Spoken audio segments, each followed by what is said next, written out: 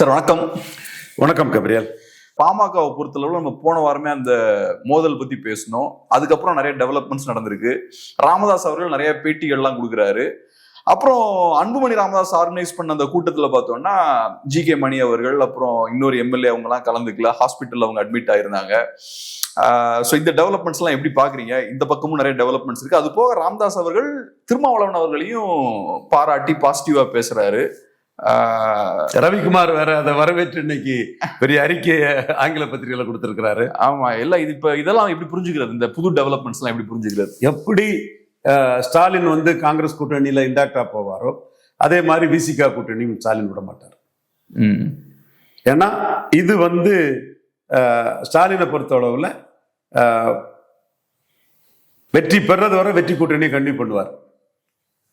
அவரால் தோற்கடிக்கப்பட்ட ராமதாஸையோ அன்புமணி ராமதாஸையோ தன் கூட்டணியில தேவையில்லைன்னு ஸ்டாலின் நினைக்கிறாரு. அதை அன்புமணி ராமதாஸ் உணர்ந்துட்டார். ஆனா அன்புமணி ராமதாஸ் அதை உணர்ந்துகிட்டு தான் ஒரு ஜான் ஆரோக்கியசாமிக்கு ஸ்ட்ராட்டஜி. கலைஞர் தான் சிஎம் கேண்டிடேட். அப்போ அன்புமணி சொன்னாரு, அன்புமணி தரப்புல இவங்க எப்படி ப்ரமோட் பண்ணாரு, ஸ்டாலினோட பெட்டர் சிஎம் கேண்டிடேட் அன்புமணின்னு சொன்னாங்க. சரிதானா? ஸ்டாலின் வர்சஸ் அன்புமணி தான் கலைஞர் சிஎம் கேண்டிடேட்டா இருக்கும்போதே சொன்னாங்க. அப்போ அந்த ஓட்டர்ஸ் வந்து இன்னைக்கு மகனுக்காக அன்னைக்கு டாக்டர் ராமதாஸும் ஸ்டாலினை மிக கடுமையான வார்த்தைகளை மறிச்சார். ஸ்டாலின் அதெல்லாம் பொருட்டா எடுக்கல. கமலஹாசன் சொன்னதே பொருட்டா எடுக்காம ராஜ்யசபா கொடுத்துட்டாருன்னா இன்னைக்கு மெட்டீரியலா கார்பரேட் இதுல என்னன்னு தான் பாக்குறாரு. இவங்களால லாபம் இல்லைங்கிறனாலதான் இவங்கள ஸ்டாலின் எடுக்கல. அப்ப இந்த வாக்காளர்கள் வந்து ஸ்டாலின் எதிர்ப்பு மைண்ட் செட் கொண்டவங்க. 2016, 19, 21, 24 4 எலெக்ஷன்ல ஸ்டாலினுக்கு எதிராக தான் இவங்க களத்துக்குள்ள நின்று இருக்காங்க. அப்ப இந்த சென்டிமெண்ட அன்புமணி பிளே பண்றாரு. சரி, ஒரு கேள்வி. இப்ப பாமக தொடர்களை பொறுத்தளவுல அன்புமணி சொல்றது போல திமுக எதிர்ப்பு அவங்க விரும்புவாங்களா, திமுக கூட போறது அவங்க விரும்புவாங்களா? இதுலதான் பசுபதிகுமார் பராஸ் வந்து ராம்விலாஸ் பாஸ்வானுக்கு தொண்டர்கள், எல்ஜேபி தொண்டர்கள் வந்து நிதிஷுக்கு எதிர்ப்புன்னு கருதி தேஜஸ்வி யாதவ் கிட்ட வந்தாச்சு. சிராக் பாஸ்வான் தான் ஒரு பெரிய ஆளாகணும்னு அவர் ஒரு பொலிட்டிக்ஸ் அங்க பண்றாரு. இங்க பாமக தொண்டர்களுக்கு மனநிலை 16ல இருந்தே ஆன்டி ஸ்டாலின் தான். அதனாலதான் ஸ்டாலின் வந்து அது ஒர்க் அவுட் ஆகாதுங்கிறதும் அது பொருந்தா கூட்டணி ஆயிருங்கிறதையும் அவரு கருதுறாரு. ஸோ அது எலித்தவள நட்பாயிரும், பொருந்தா கூட்டணி ஆயிரும், இருக்க காம்பினேஷன் கெமிஸ்ட்ரியில ஜெயித்த இதிலே போகணும்னு ஸ்டாலின் கருதுறாரு.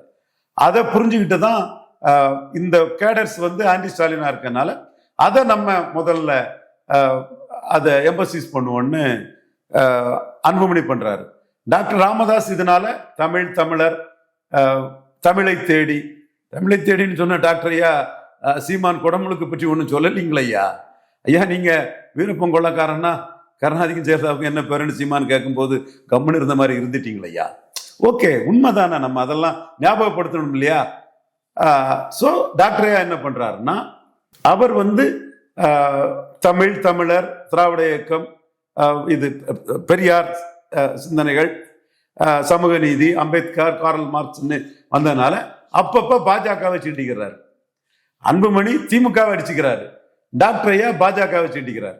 அப்ப பாஜக எதிர்ப்புங்கிறத பிரதானமா டாக்டர் எடுக்கிறதுக்குள்ள வாய்ப்பு இருக்குது. திமுக எதிர்ப்புங்கிறத பிரதானமா அன்புமணி எடுக்க வாய்ப்பு இருக்குது. ஸோ அந்த கேடர்ஸோட மைண்ட் செட்டு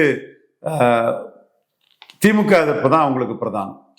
அதே நீங்க இது வந்து யாரை விடவும் மு.க. ஸ்டாலினுக்கு முழுமையா தெரியும். அதனாலதான் துரைமுருகனுக்கு தகுதி திட்டங்கள் எதுவுமே மு.க. ஸ்டாலின் எடுபடலை.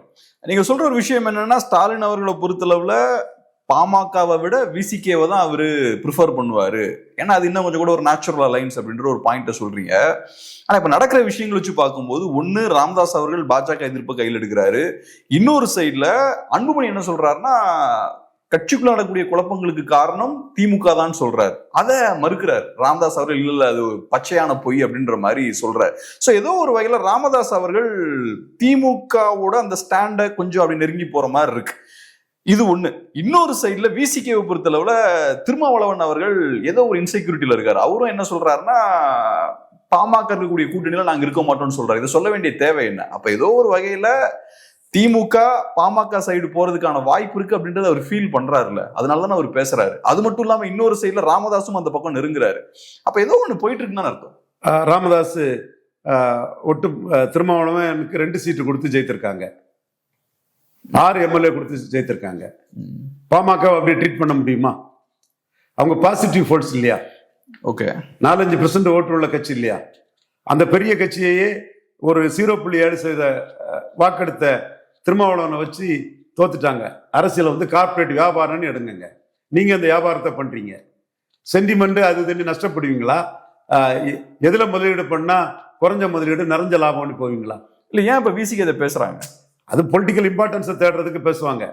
அது நீங்க ஒன்னா இருந்து திரும்ப திரும்ப நாங்க பாமக கூட்டணியில இருக்க மாட்டோம்னு சொல்றாருன்னா, அப்ப அவருக்கு ஏதோ ஒரு இன்செக்யூரிட்டி இருக்குல்ல, திமுக அந்த பக்கம் போறதுக்கான வாய்ப்பு இருக்குன்னு அவர் ஃபீல் பண்றாருல்ல, இல்லையா? ஏற்கனவே அதுதான் சொன்னாரு. அது திமுக ஜெயித்துட்டாங்களே. கலைஞர் உயிரோடு இருந்திருப்பாருன்னா நீ என்ன கூட்டணி செய்யணும்னு சொல்லி என்ன தப்பா பண்ணி தோத்துருப்பாரு. ஸ்டாலின் கார்பரேட் சைட்ல சரி சொல்லிட்டு போறாரு. அவர் வெற்றிக்கு அவர் முக்கியம், குறைஞ்ச சீட்டு நிறைஞ்ச லாபம். அவரை சேஃப்கார்ட் பண்றதுக்கு சொல்லிக்கிறாரு. நம்ம சேஃப்கார்ட் பண்றதுக்கு நம்ம வெற்றிக்கு அவர் சொன்னா சொல்லிட்டு போறாருன்னு சிம்பிளா எடுக்கிறாரு. ஸ்டாலின் வந்து கூட்டணி வெற்றின்னு சொல்றாரு. கலைஞரோ புரட்சி தலைவியோ முத்தமிழறிஞர் கலைஞரோ புரட்சி தலைவரோ சொல்லுவாங்களா எங்களோட வெற்றி நாங்க பிரச்சாரம் பண்ணி உழைச்சு கொண்டு வந்திருக்கோம், எங்களால நீங்க வந்தீங்க, நாங்க போட்ட பிச்சைன்னு சொல்லுவாங்க. இவர் அப்படி இல்லையே. அதெல்லாம் பொறுத்துக்கிட்டு போகக்கூடியவர் இதையும் பொறுத்துக்கிட்டு ஆமா நமக்கு திருமாவளவன் வெற்றியை கொடுக்குறாரு. பெரிய ஃபோர்ஸ்னாலும் பாமக சூப்பர் ஃப்ளோஸ் தான், விசிகாவே போதும்னு நினைக்கிறாரு Stalin. Prudent politics, material politics, லாப நஷ்ட கணக்கு, கார்பரேட் ஸ்டைல் பொலிட்டிக்ஸ். சரி, இப்போதைக்கு ராமதாஸ் அவர்களை பொறுத்தளவுல ஆன்டி பிஜேபி பாலிடிக்ஸ் பேசுறாரு, திமுகவை பெருசா டச் பண்ண மாட்டேங்கிறாரு. இன்ஃபேக்ட் திமுக விமர்சிக்கும் போது டிஃபெண்டும் பண்றாரு. இந்த ஸ்டாண்ட் எவ்வளவு நாள் கண்டினியூ ஆகும்? ஏதோ ஒரு பாயிண்ட்ல கூட்டணி இருக்கா இல்லையான்னு தெரிஞ்சிடும். சரி, திமுகவோட கூட்டணி இல்ல அப்படின்னு ஆயாச்சுன்னா அன்புமணி அவர்கள் கூடயே போயிருவாரா? அந்த ஸ்டாண்ட் இல்ல, அது வந்து ஃபியூச்சர் தான் முடிவு பண்ணணும். தேவகவுடா மாதிரி, முலாயம் சிங் யாதவ் மாதிரி மகனுக்கு விட்டு கொடுக்கவும் செய்யலாம். ஓகே, ஏற்கனவே சொன்னேன் இல்லையா, எனக்கு ப்ராமிஸ் பண்ண ராஜ்யசபா தான் மனு கொடுத்தாருன்னு. ஓகே, அது அவர் விருப்பம், அவர் கட்சி. நம்ம அதுக்குள்ள போய் திரும்ப அதை பேச வேண்டிய அவசியம் இல்லை. இப்ப அவரு என்ன பாக்குறாருன்னா, மகன் கேடர்ஸ் மத்தியில, சாரி, 2ஆம் நிலை தலைவர்கள் மத்தியில மகன் ஏறாப்ல, கேடர்ஸ் மத்தியில ஆன்டி டிஎம்கே எடுத்து ஏறாப்ல. வயசு இருக்கு, எதிர்காலம் இருக்குன்னு 2ஆம் கட்ட தலைவர்கிட்ட ஏறாப்ல. கேடர்ஸ் மத்தியில ஆன்டி டிஎம்கே எடுத்து ஏறாப்ல. கேடர்ஸ் மத்தியில ராமதாஸ் சிம்பதியும் முழுசா போகல. அப்போ அவர் வந்து என்ன நினைக்கிறாரு, நம்ம சிம்பதிக்காக நமக்கு ஸ்டாலின் சீட்டு தந்துருவாரு, ஸ்டாலின் தர்றதெல்லாம் எம்எல்ஏ போஸ்ட்னு நினைக்கிறாரு. அதை இவர் திருமாவளவனை வச்சு திருமாவளவனையும் காம்ப்ரமைஸ் பண்ணி அதுக்குள்ள வாங்கிக்கலாங்கிற எண்ண ஓட்டமும் அவருக்கு இருக்கலாம். அல்லது எனக்கு இப்படி ஒரு ஆப்ஷன் இருக்கு, நானும் ஒன்றும் கீழே போயிடல, என்ன நம்பி வந்தாலும் ஸ்டாலின் சீட்டு தருவாரு, நான் ஸ்டாலின் சூப்பர் ப்ளஸ் 2 வரையும் சேர்க்க மாட்டாரு நான் கருதுறேன். ஆனா ஒரு என்னோட நண்பர் பாமகவை சேர்ந்த ஒரு முக்கிய தலைவர், எங்களுக்கு அங்க 30 கிடைக்கும், இங்க 20 கிடைக்கும், நாங்க 50 சீட்டு நிற்போம்னு அவங்க விருப்பத்தை சொல்றாப்புல. சோ இது நடைமுறை சாத்தியமா இல்லையாங்கிறது வேற. அந்த நம்பிக்கையில ராமதாஸ் கிட்ட ஆள் வருவான்ல, ஸ்டாலின் கொடுத்து எம்எல்ஏ கொடுத்துருவாரு, அதை எம்எல்ஏ ஆயிடலான்னு ராமதாஸ் கிட்ட ஆட்கள் நிற்பான்ல. சரி, லெட்ஸே ஒரு 2 மாசம் கழிச்சு டிஎம்கே இல்லைன்னு ஆகி போச்சுன்னு வச்சுப்போம். அப்ப ராமதாஸ் அவர்கள் என்ன ஸ்டாண்ட் எடுப்பாரு? அப்ப அன்புமணியோட ஸ்டாண்ட் மட்டும் தான் பாக்கி இருக்கும். அப்ப பொலிட்டிக்கலா 2 பேரும் அப்ப ஒரே சேம் லைன்ல தான் இருப்பாங்க. அப்ப சேம் லைன்ல தான் இருக்க வாய்ப்பு இருக்குது. அப்ப பிரச்சனை இருக்கு, அது முடிஞ்சிடும். நீரெடுத்து நீர்வதில்லை ஒரு தாய் மக்கள்னு தான் ஆரம்பத்துல இருந்தே சொல்லிட்டு இருக்கிறேன். நீங்க பிரிஞ்சு போனா வன்னியர் பொலிட்டிக்ஸ்க்கே அடி. திமுக அண்ணா திமுக உள்ள வன்னியர்களுக்கு பின்னடைவு தான், காங்கிரஸ் வன்னியர்களுக்கு பின்னடைவு தான்ங்கிறதான் நம்ம கருத்தா நம்ம சொல்லிட்டு இருக்கிறேன். அவங்க தான் இதுல முடிவு பண்ணும், என்ன முடிவு பண்றாங்கன்னு தெரியாது. ராமதாஸ் கிட்ட இன்னொரு ஆப்ஷன் கூட இருக்குது, இது சீமான் ஆப்ஷன் கூட இருக்குது. சீமான ஒரு ஆப்ஷனா வச்சுக்கிட்டு அன்புமணியே ராமதாச பிரியாரிட்டியா இது எடப்பாடியை பிரியாரிட்டியா வச்சு கணிசமான சீட் வாங்குறதுக்கு சீமான ஆப்ஷனா கூட அன்புமணியை காட்டலாம். ஆப்ஷன் வேற, பிரியாரிட்டி வேற. அண்ணாமலை சீமான ஆப்ஷன் ஆட்டும் பிரியாரிட்டி ஆட்டும் வச்சாரு, அண்ணாமலைக்கு பிரியாரிட்டி ஆட்டும் வச்சாரு. ஆனா வானதி சீனிவாசன், மதுரை சீனிவாசன், நயனார் நாகேந்திரன், தென் தமிழிசை அம்மையார், இவங்களுக்கெல்லாம் வந்து பிரியாரிட்டி வந்து எடப்பாடி பழனிசாமி தான். டெல்லி பாஜகவுக்கு 20% எடப்பாடி பழனிசாமி தான் பிரியாரிட்டி. ஸோ எடப்பாடி பழனிசாமியோட கை குலுக்கிட்டாங்க. அப்ப இன்னைக்கு அன்புமணியே அதிக சீட் வாங்குறதுக்கு சீமான ஆப்ஷனா காட்டி எடப்பாடியை பிரியாரிட்டியா வச்சு 35 சீட் எடப்பாடிட்ட வாங்கலாம். ஸோ இதெல்லாம் வந்து வில் பவரோட நுணுக்கமா அரசியல் பண்றதுல தான் இருக்குது. அன்புமணியை நான் எதிர்பார்த்ததோட 4 மந்திரி நாங்க வருவோம்னு சொல்லி எடப்பாடிக்கு ஒரு செக்கு, திமுக எதிர்ப்பை சொல்லி திமுகவுக்கு தான் அண்ணா டாக்டர் ராமதாஸுக்கு ஒரு செக் பண்ணி வைக்கிறது. நான் எதிர்பார்த்ததோட அன்புமணி இந்த இடத்துக்குள்ள சிறப்பா பொலிட்டிக்ஸ் பண்றாரு. டாக்டரையும் நம்ம ஜஸ்ட் லைக் தட், அவர் ப்ரூவ்டு வெட்டரன் லீடர். ஸோ பொறுத்திருந்தான் பார்க்கணும். இப்ப பாமகவை பொறுத்தளவுல கட்சிக்குள்ள ஒரு மோதல் போயிட்டு இருக்கு. 2வது அரசியல் நிலைப்பாடு பாயிண்ட் ஆஃப் வியூ இருந்து பார்த்தாலும் யார் கூட கூட்டணி வைக்கலான்றதுல இருவேறு கருத்து இருக்கு. ஒரு சைட்ல அன்புமணி அவர்கள் ஆன்டி டிஎம்கே ஸ்டாண்ட் எடுக்கிறாரு, ராமதாஸ் அவர்கள் கொஞ்சம் பிஜேபி ஸ்டாண்ட் எடுக்கிறாரு. சரி, ஆன்டி பிஜேபி ஸ்டாண்ட் எடுக்கிறாருன்னு வச்சுக்கோங்க. உறுதி எந்த அளவுக்கு சொல்ல முடியாது, எடுக்கிறாரு. ஆனா இப்போதைக்கு பார்த்தோம்னா 2 விதமான நிலைப்பாடுகள் இருக்கு. சோ இப்ப பாமகவை பொறுத்தளவுல கூட்டணி எப்ப ஃபைனலைஸ் ஆகும்? லாஸ்ட் மினிட்ல தான் ஃபைனலைஸ் ஆகுமா? எப்படி பாக்குறீங்க? ஒன்னா இருந்தாலே டாக்டரே முடிவெடுக்கிறது கூட்டா கூட ஒரு ஜனவரில தான் ஃபைனலைஸ் பண்ணுவாரு. ஓகே, அவரை நோக்கி அவர் என்ன முடிவு எடுக்கிறாருன்னு மக்கள் பார்த்து தான் அதை எடுப்பாங்க. எங்க அவர் என்ன சாதாரண ஆளா? ரங்கராஜ் பாண்டே எல்லாம் சார், அவர் இப்ப வந்து ஒன்னா இருந்து தான் பேச முடியும். அன்புமணி இல்லாத ராமதாஸுக்கு அவ்வளவு வெயிட்டேஜ் கிடையாது. ஓகே, ராமதாஸ் இல்லாத அன்புமணிக்கும் அவ்வளவு வெயிட்டேஜ் கிடையாது. இது ஃபேக்ட். ஒன்னா இருந்து அவங்க பண்ணுனாங்கன்னா எடப்பாடிக்கு தான் பாமக தேவைங்கிறத அவங்க நிறுவாங்க.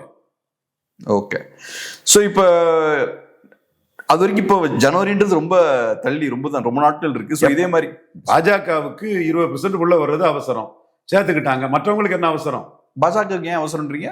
20% இந்தியா லெவல்ல உள்ள வர்றது பிளஸ் என்டிஏக்கு, ஆல் இண்டியா சென்ட்ரிக்கா சேர்த்துக்கிட்டாங்க. மற்றவங்களுக்கு என்ன அவசரம்? நீங்க 9ல் ஒரு சீட்டு ஜெயிக்கல, அதிமுக வச்சு 10-19 ஜெயிக்கல, விக்கிரவாண்டில 23% அதிமுக ஓட்டு உதயசூரியனுக்கே போயிட்டு வெற்றிக்கு கேரண்டி இல்லை. அங்க போய் என்னத்துக்கு ஓட் டிரான்ஸ்பரிங் சீட் கன்வெர்ட்டிங் கெப்பாசிட்டியில் அதை எடப்பாடிட்ட போய் என்னத்துக்கு இருக்கணும்? நீங்க வேணா தேவைக்கு வாங்க, நாங்க இல்லாம நீங்க 90 சீட்ல ஃபைட் பண்ண முடியாது. அதனால சீட்டை நீங்க அள்ளி வைங்க, பாத்துக்கலாம். உங்களுக்கு தானே எங்களால லாபம், நாங்க இல்லைன்னா உங்களால ஃபைட்டே பண்ண முடியாது இல்ல. இது இங்க ஏசி ரூம்ல இருந்து 4 பேர் பேசுவாங்க, கலாதார்த்தம் அது இல்லை. ஆனா ஏடிகே பொறுத்தளவு அவங்களும் இதே விஷயத்த பண்ணலாம்ல. அவங்களும் ஒன்னும் சத்தமே இல்லாம சைலண்டா வெயிட் பண்ணிக்கிட்டே இருக்கலாம். கடைசியில் அங்கதானே வந்து ஆகணும். நீங்க சொன்ன மாதிரி டிஎம்கேல doors R closed.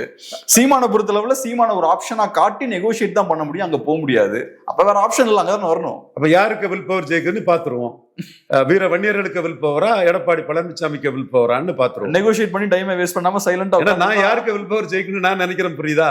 Vanniyakula சத்திரியரோட will power ஜெயிக்கணும் நான் நினைக்கிறேன். அதனால அதை தான் பேசுவேன், வெளிப்படையா தான் நான் பேசுறேன். பாப்போம். ஓகே சார், ரொம்ப நன்றி. ரொம்ப பிஸியான டைம்ல அருமையான பேட்டிக்கு ரொம்ப நன்றி. நன்றி.